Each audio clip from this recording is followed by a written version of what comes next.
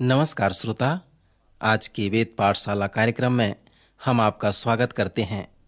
मित्र, हम संसार की सबसे महत्वपूर्ण पुस्तक अर्थात पवित्र शास्त्र का अध्ययन कर रहे हैं और इसका अध्ययन हमें पवित्र शास्त्र के गिनती की पुस्तक तक ले आया है, जहां पर हमारे लिए रूपकात्मक, विस्मित कर देने वाली और रोचक सच्चाइयों के विषय में वर्णन किया गया है। मित्र, जैसे जैसे हम इन सच्चाइयों को देखते हुए आगे बढ़ते हैं, तो इस पुस्तक में से मैं चाहता हूं कि हम कुछ और मुख्य बातों पर अपना ध्यान लगाएं। उदाहरण के लिए, गिनती के 12वें अध्याय में मूसा के विषय में रोचक बातें अर्थात उसके महानता के विषय में बताया गया है। फिर व्यवस्था विवरण का अंतिम अध्याय हमें मूसा के अद्वितीय और अनोखे जीवन के विषय में बताता है। लिखा है कि इस्राएल में मूसा के तुल्य ऐसा कोई नबी नहीं उठा जिससे यहोवा ने आमने सामने बातें की, और उसने सारे इस्राएलियों की दृष्टि में बलवंत और बड़े भय के काम कर दिखाए। फिर गिनती की पुस्तक में भी कई स्थानों में मूसा की विशेषता और उसकी महानता के विषय में बताया गया है। उदाहरण के लिए 12वें अध्याय के 3, 5 और 6 से 8 पद में हमें इस प्रकार बताया गया है कि मूसा तो पृथ्वी भर के रहने वाले सब मनुष्यों से बहुत अधिक नम्र स्वभाव का था। पहाड़ी उपदेश में प्रभु यीशु ने कहा, धन्य हैं वे जो नम्र हैं। मित्र, इसका अर्थ यह नहीं कि कमजोर या निर्बल प्रकार के व्यक्ति ही आशीषित होंगे। नम्र होने का अर्थ यह नहीं है, परंतु नम्र का अर्थ शांत या सौम्य होना है। उदाहरण के लिए, एक शक्तिशाली घोड़ा है, पर आप उसके मुंह और सर पर लगाम लगा रखे हैं, तो वह घोड़ा कमजोर नहीं है, परंतु वह नम्र है।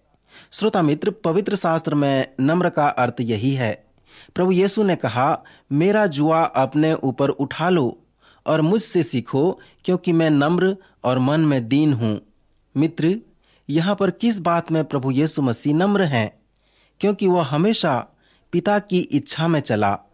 उसने यह भी कहा कि मैं वही करता हूं जो मेरे पिता को भाता है।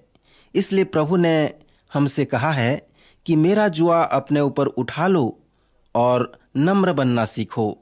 जब तरसूस के साउल का मन परिवर्तन हुआ और जब उसने दमिश्क के मार्ग पर प्रभु यीशु मसीह से मिला, तब उसने प्रभु से कहा, हे प्रभु, तू कौन है? फिर उसने कहा, प्रभु, तू मुझसे क्या चाहता है कि मैं करूं? सो मित्र, इस तरह से उसका नाम साउल से बदलकर पौलुस बन गया। साउल का अर्थ है शक्तिशाली व्यक्ति, परंतु पौलुस का अर्थ है छोटा व्यक्ति। सो साउल कैसे ऐसे बना? वो साधारण रूप से अपने आप को नम्र व दीन नहीं किया। वो नम्रता का अर्थ यही है मित्र। जब हम नम्रता के अर्थ को समझते हैं, उसके परिभाषा को जानते हैं, तब हम मूसा की नम्रता को समझ सकते हैं, जिसके विषय में कहा गया है कि वह तो पृथ्वी भर के रहने वाले सब मनुष्यों से बहुत अधिक नम्र स्वभाव का व्यक्ति था। अर्थात मूसा ने अपने जीवन में परमेश्वर के अनुशासन को बनाए रखा। वह परमेश्वर की आज्ञाओं को मानते रहा और परमेश्वर की इच्छा पर चलता रहा। यहाँ पर 12वें अध्याय में जब 2 लोग मूसा की निंदा कर रहे थे, तो परमेश्वर की ओर से उसकी प्रशंसा की जा रही थी। परमेश्वर ने कहा, यदि तुम में कोई नबी हो तो उस पर मैं यहोवा दर्शन के द्वारा अपने आप को प्रकट करूंगा, वह स्वप्न में उससे बातें करूंगा। परंतु मेरा दास मूसा ऐसा नहीं है। वह तो मेरे सब घरानों में विश्वास योग्य है। उससे मैं गुप्त रीति से नहीं, परंतु आमने सामने और प्रत्यक्ष होकर बातें करता हूं, और वह यहोवा का स्वरूप निहारने पाता है। फिर इस्राएली मूसा व हारून पर बुड़बुड़ाने लगे और चिल्लाकर कहने लगे कि इनको पथरवा करो। फिर यहोवा का तेज चमका और यहोवा परमेश्वर ने मूसा से कहा, वे लोग कब तक मेरा तिरस्कार करते रहेंगे और मेरे सब आश्चर्य कर्म देखने पर भी कब तक मुझ पर विश्वास न करेंगे? मैं उन्हें मरी से मारूंगा और उनके निज भाग से उन्हें निकाल दूंगा, और तुझसे एक जाति उपजाऊंगा जो उनसे बड़ी और बलवंत होगी। श्रोता मित्र, हमने पिछले चरण में देखा था कि परमेश्वर ने इतनी बड़ी प्रजा से 2 लोगों को चुना, अर्थात यहोशू और कालेब को, जिन्होंने संपूर्ण हृदय के साथ परमेश्वर के पीछे चला और उस पर विश्वास किया।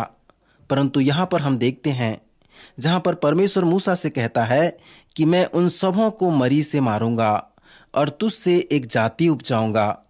मित्र, यहाँ पर हम परमेश्वर की गरिमा और उसके महत्व को देख सकते हैं। परमेश्वर ने उस नम्र और दीन व्यक्ति पर अपना अनुग्रह प्रकट किया, क्योंकि वह परमेश्वर की इच्छा में चलने के लिए तत्पर रहता था। सो इस तरह से हम परमेश्वर के साथ मूसा के घनिष्ठ संबंध को देख सकते हैं। निर्गमन की पुस्तक में परमेश्वर ने मूसा से कहा, मूसा, मेरे पास में एक स्थान है जहां पर तू रह सकता है। सो मूसा उस स्थान में रहने के लिए लालायित होने लगा और इस तरह से वह परमेश्वर के निकट रहना चाहता था।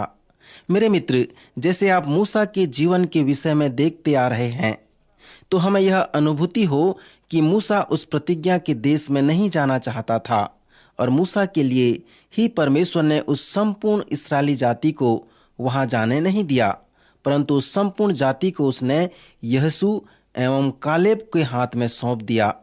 गिनती की पुस्तक के 20वें अध्याय में मूसा का पाप एक रहस्यमय रूप से बताया गया है। अनेक बार हम सोचते हैं और कहते हैं कि परमेश्वर न्याय संगत नहीं है, और यही वो स्थान है जहां पर लोग ऐसा कहते रहते हैं कि मूसा परमेश्वर का एक महान जन था और उसने महान कार्य भी किया, परंतु क्यों परमेश्वर ने उसे यह कहा कि वह प्रतिज्ञा के देश में नहीं जा सकता? परमेश्वर के वचन में उसका उत्तर इस प्रकार से बताया गया है। तब परमेश्वर ने मूसा से कहा, उस लाठी को ले और तू अपने भाई हारून समेत मंडली को इकट्ठा करके उनके देखते उस चट्टान से बातें कर, तब वह अपना जल देगी। इस प्रकार से तू चट्टान में से उनके लिए जल निकालकर मंडली के लोगों और उनके पशुओं को पिला। यहोवा की इस आज्ञा के अनुसार मूसा ने उनके सामने से लाठी ले लिया और मूसा और हारून ने मंडली को उस चट्टान के सामने इकट्ठा किया।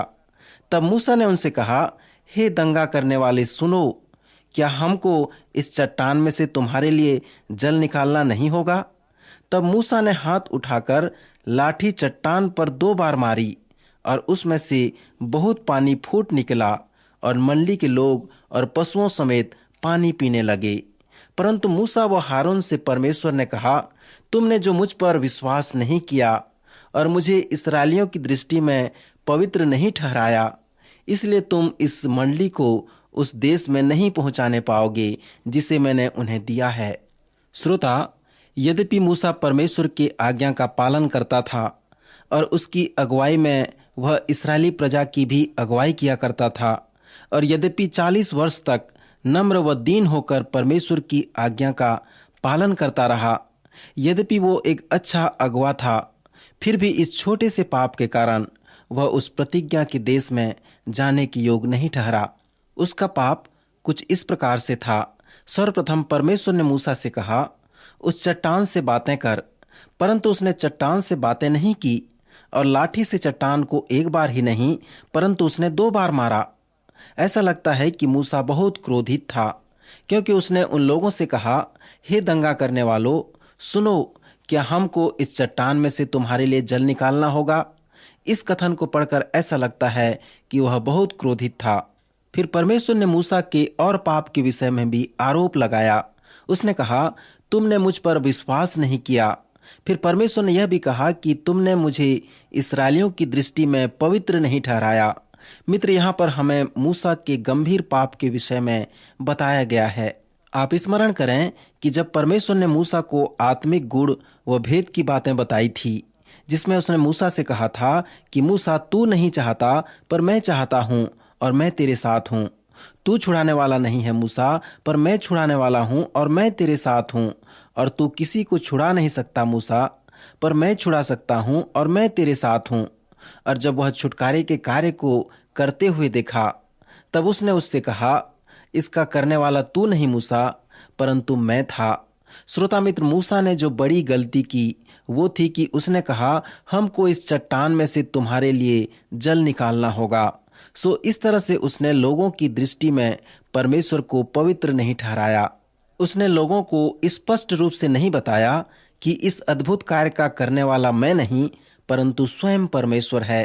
परंतु उसने लोगों को इस तरह से संबोधित किया कि इस कार्य का करने वाला मैं हूं। फिर इस पुस्तक के 11वें अध्याय से हम और भी रोचक घटनाओं को प्राप्त कर सकते हैं, जिसे हम जलना या उत्तेजित होना कहते हैं। मित्र, पवित्र शास्त्र में अनेक महान व्यक्तियों के विषय में बताया गया है, जैसे कि दाऊद के विषय। मूसा के विषय में भी पवित्र शास्त्र कहता है कि वह पृथ्वी भर के रहने वाले सब मनुष्यों से अधिक नम्र स्वभाव का व्यक्ति था। इसलिए मुझे ऐसा लगता है कि यह व्यक्ति बहुत दुखी व परेशान था। उसने परमेश्वर से कहा, तूने मुझे क्यों बुलाया और इन सब लोगों का भार मुझ पर क्यों डाला? क्या ये सब लोग मेरे बच्चे हैं? क्या मैं इनका पिता हूँ?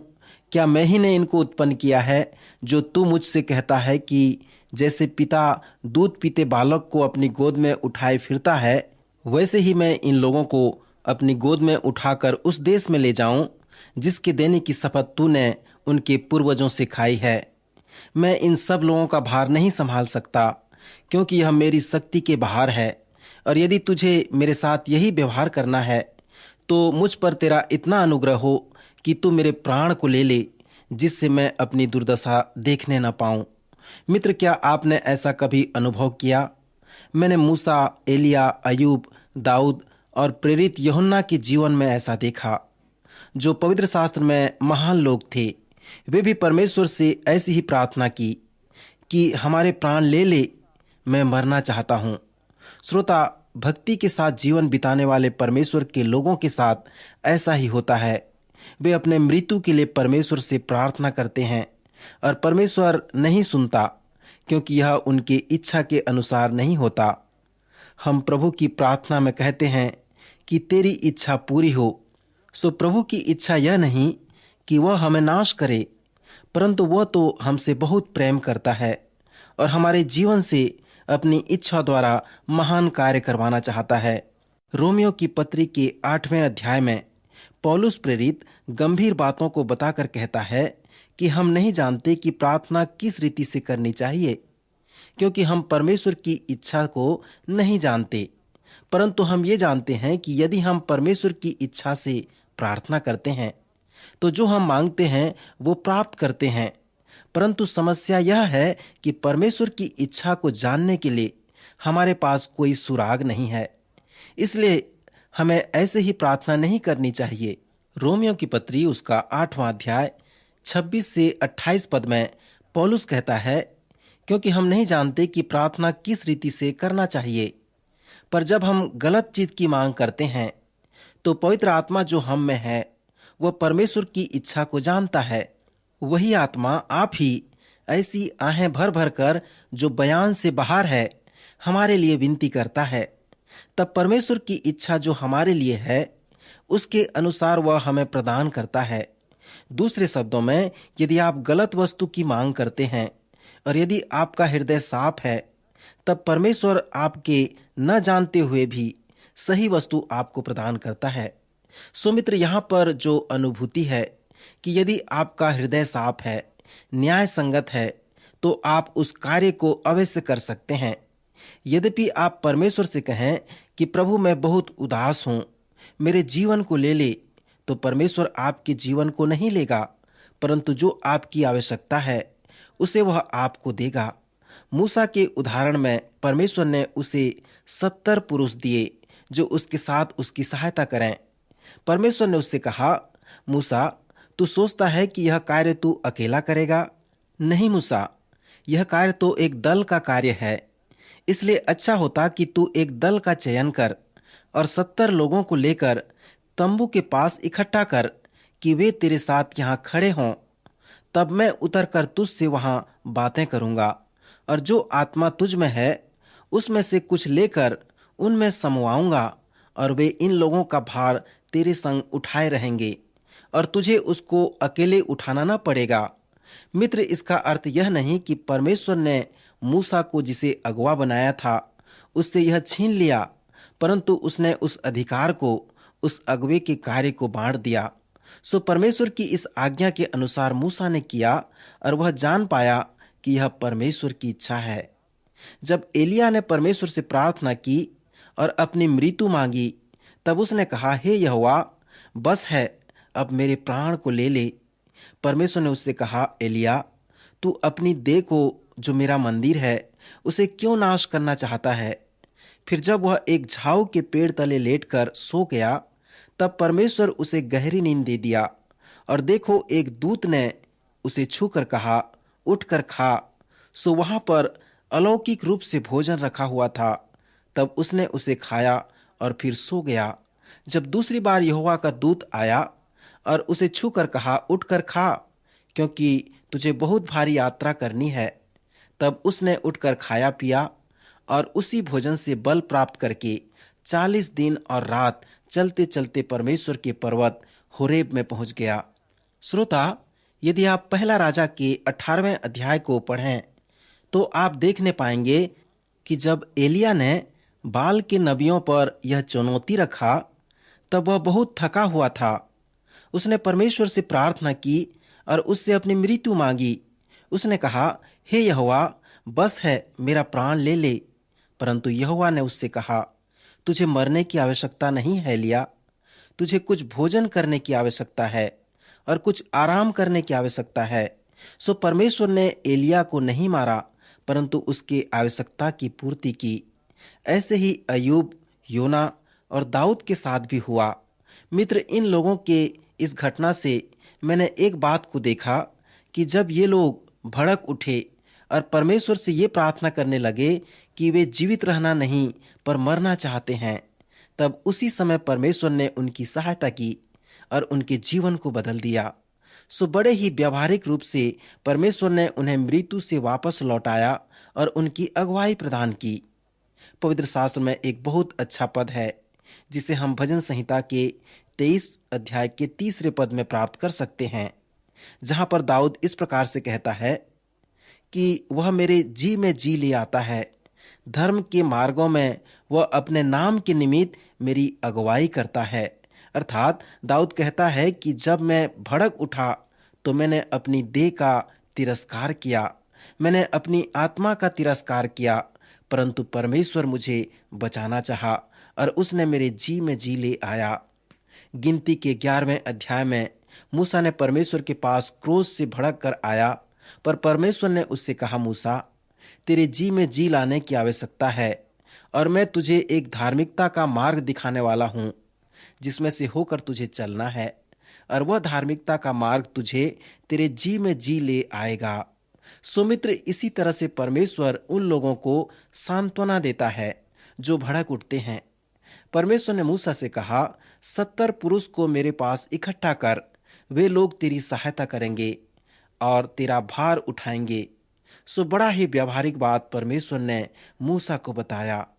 मित्र, जब मैं इस महान पुरुष मूसा के विषय में और उसके पाप के विषय में सोचता हूं कि कैसे वह क्रोध से भड़क उठा, उस बात को देखता हूं तो मैं अपने आप में एक बड़ी सांत्वना को पाता हूं। मैं आपके विषय में तो नहीं कह सकता, परंतु पवित्र शास्त्र में उनका नम्रता बताता है, जिससे मुझे बड़ी सांत्वना मिलती है। यह मेरे हृदय में गरिमा लाता है, क्योंकि जब मैं उनके नम्र जीवन को देखता हूं, तब मैं अपने आप को अनर्थ पाता हूं। अनेक लोग यह सोचते हैं कि जब आप मसीही बनते हैं तो आप में मानवीय स्वभाव नहीं रह जाता, और यह सत्य भी है मित्र, क्योंकि परमेश्वर की आत्मा आप में रहता है और आप उस आत्मा के द्वारा नियंत्रित रहते हैं। इसलिए आप उन महान कार्यों को परमेश्वर की अगुवाई से कर सकते हैं। अब मैं आपका ध्यान गिनती के 22वें अध्याय की ओर लगाना चाहता हूं, जहां पर बिलाम और उसके गधी के विषय में बताया गया है। यहाँ पर इस विषय में परमेश्वर कुछ करना चाहता था, परंतु उसने कोई भी ऐसे व्यक्ति को नहीं पाया जो उसे देख सके और वह जो चाहता है उसे वह कर सके। परमेश्वर के पास एक संदेश था जिसे वह दूसरों तक पहुंचाना चाहता था, परंतु उसने कोई भी ऐसा व्यक्ति नहीं पाया जो उसके लिए उस कार्य को करे। सो परमेश्वर ने एक छोटे गधी के द्वारा उस कार्य को किया और उससे वह बिलाम से बातें किया। मित्र, जब मैं पवित्र शास्त्र का अध्ययन करने के लिए ऐसे ही वेद पाठशाला गया हुआ था, तब मैं लोगों से बहुत प्रश्न पूछा करता था और मैं परमेश्वर के प्रेरणादायक वचन पर संदेह भी किया करता था। मेरे पास जो सबसे बड़ी प्रश्न थी वो गिनती के 22वें अध्याय से थी। मैंने अपने कॉलेज के व्याख्याता से पूछा, क्या मैं विश्वास कर सकता हूँ कि परमेश्वर गधी के द्वारा बातें करके लोगों का उद्धार कर सकता है? इस प्रश्न को वे गंभीर रूप से लेकर सोचने लगे और कहने लगे, क्या आप प्रभु यीशु मसीह के सुसमाचार पर विश्वास करते हैं, इसलिए आपका उद्धार हुआ है, या उसके प्रेरणादायक वचन के ऊपर आपकी निगाह है, इसलिए आपका उद्धार हुआ है? सो मेरे प्रश्न पूछने का अभिप्राय यही था, परंतु मैंने इसे उस छोटे से गधी में देखा और मेरे लिए यह विश्वास करना कठिन था कि परमेश्वर एक गधी के द्वारा भी बात कर सकेगा। मित्र, क्या आपने कभी गधी देखा है? तो आप गांव में उसके रेंकने की आवाज को भी सुने होंगे, जो बहुत कम आवाज करता है। यदि आप गधी के विषय में जानते हैं तो जब आप किसी की शिकायत करते होंगे तो अवश्य ही उसे गधा कहते होंगे। मित्र, इससे मेरे विश्वास को यह चुनौती मिली ताकि मैंने यह विश्वास कर सका कि परमेश्वर किसी के भी द्वारा बातें कर सकता है। मैं एक पास्टर को जानता हूँ जिसने एक भटियारा के भोज में उपस्थित हुआ था। वह शहर का एक पर्यटक शहर था और उस शहर का जो आय का स्रोत था वह उस सराय या भटियारा के द्वारा ही था। उस पास्टर को वहां पर प्रचार व प्रार्थना करने के लिए बुलाया गया था, परंतु वहां पर जो मंत्री था, ऐसी परिस्थिति में वह हमेशा कलंकित किया करता था। सब लोग यह देखना चाहते थे कि प्रचारक इसके विषय में क्या सोचेगा। क्या वह उसे सुनकर हंसेगा या अच्छा अनुभव नहीं करेगा या फिर क्रोधित होगा। उसके निकट शहर का महापौर बैठा हुआ था। वह शराबी था और उस दिन उसने बहुत पी हुई थी।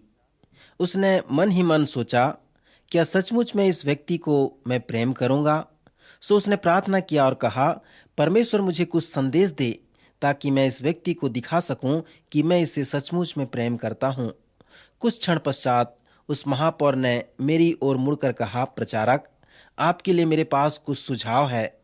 क्योंकि जब मैं राजनीति में था तो किसी ने मुझसे यह कहा था, उन्हें उस तरह से न देखो जिस तरह से आप उन्हें देखते हो, परंतु उन्हें उस तरह से पुकारो जैसे वे हैं। प्रचारक ने कहा, मैं आपके इस सुझाव के लिए आपकी प्रशंसा करता हूं। और उसने उससे कहा, महापौर जी, आपने मेरे धर्म विज्ञान की समस्या को आज हल कर दिया है। उसने कहा, कैसे? तब प्रचारक ने कहा, जब मैं वेद पाठशाला में पढ़ता था तब मैं यह विश्वास नहीं करता था कि परमेश्वर गधी के द्वारा भी बातें करता है, परंतु अब मैं विश्वास करता हूं कि मुझे निश्चय है कि परमेश्वर ने आप में होकर मुझसे बातें की है। आपने मेरी बड़ी समस्या को हल कर दिया। मित्र, परमेश्वर साधारण लोगों से असाधारण कार्य करवाना चाहता है क्योंकि वे उपलब्ध रहते हैं। आज हमारी जो आवश्यकता है वह यह है कि हम अपने आप को परमेश्वर के लिए उपलब्ध कराएं। हम देखते हैं कि कलीसिया में कुछ लोग होते हैं जिनके पास कुछ भी योग्यता नहीं रहती, परंतु फिर भी वे कलीसिया में प्रभु के लिए हर समय उपलब्ध रहते हैं। परंतु कुछ लोग होते हैं जिनके पास बहुत सारे योग्यताएं होते हैं, उनके पास दान व वरदान होते हैं, परंतु बहुत ही कम उपलब्ध रहते हैं। मसीही जीवन में जो सबसे महत्वपूर्ण योग्यता है वो है हमारी उपलब्धता। परमेश्वर यही चाहता है और उसका करने वाला स्वयं परमेश्वर होता है। मित्र, आज परमेश्वर यही चाहता है कि हम उसके लिए उपलब्ध हों ताकि वो हमारा उपयोग कर सके। मित्र, क्या आप परमेश्वर के लिए उपलब्ध हैं? यदि नहीं तो आज से उसके लिए उपलब्ध हो जाएं। प्रभु आज के वचन द्वारा आपको आशीष दे।